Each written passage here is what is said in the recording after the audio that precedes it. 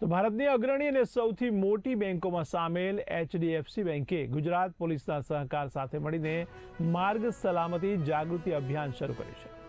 આનો મુખ્ય ઉદ્દેશ જવાબદાર ડ્રાઇવિંગ તેમજ વાહન ચાલકોને ટ્રાફિક નિયમોનું પાલન કરવા માટે પ્રોત્સાહિત કરવાનો છે।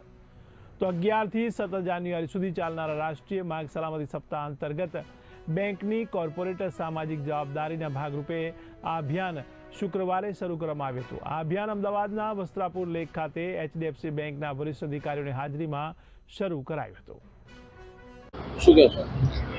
સો આજે અમે અમદાવાદ પોલીસના સહકારથી આ એક ટ્રાફિક અવેરનેસ સેફટી અવેરનેસનો કાર્યક્રમ રાખ્યો છે અને જેવી રીતે એચડીએફસી બેંક હંમેશા રૂલ્સ રેગ્યુલેશન્સ ફોલો કરવામાં માને છે, એવી જ રીતે અમે આ વીક લોકોના જે લોકો રૂલ્સ રેગ્યુલેશન્સ ફોલો કરે કરેક્ટ અને એનાથી લોકોની સેફટી જળવાય, ટ્રાફિક પ્રોપર કંટ્રોલમાં આવે, લોકો સમયસર બધે પહોંચી શકે અને કોઈ પણ પ્રકારના અકસ્માત ના થાય, એ અમારો પર્સપેક્ટિવ છે કે જેનાથી લોકો સહી સલામત રીતે રહી શકે।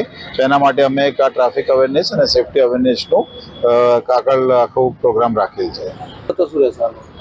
એચડીએફસી બેંક દ્વારા જે ટ્રાફિક અવેરનેસનો પ્રોગ્રામ આ વીકમાં રાખવામાં આવ્યો છે એ ડિવિઝન ટ્રાફિક પોલીસ સ્ટેશન સાથે, તો એ ઇનિશિયેટિવ એચડીએફસી બેંક દ્વારા જે લેવામાં આવ્યું છે પબ્લિક અવેરનેસ માટે, તે police department Ahmedabad police appreciate કરે છે અને પબ્લિકને અમદાવાદના નાગરિકોને એવી અપીલ કરવામાં આવે છે એચડીએફસી બેંક અને અમદાવાદ પોલીસ દ્વારા કે આપણે ઘરે 10 મિનિટ મોડા પહોંચશે તો ચાલશે, પણ ઘરે સહી સલામત પહોંચવું જરૂરી છે।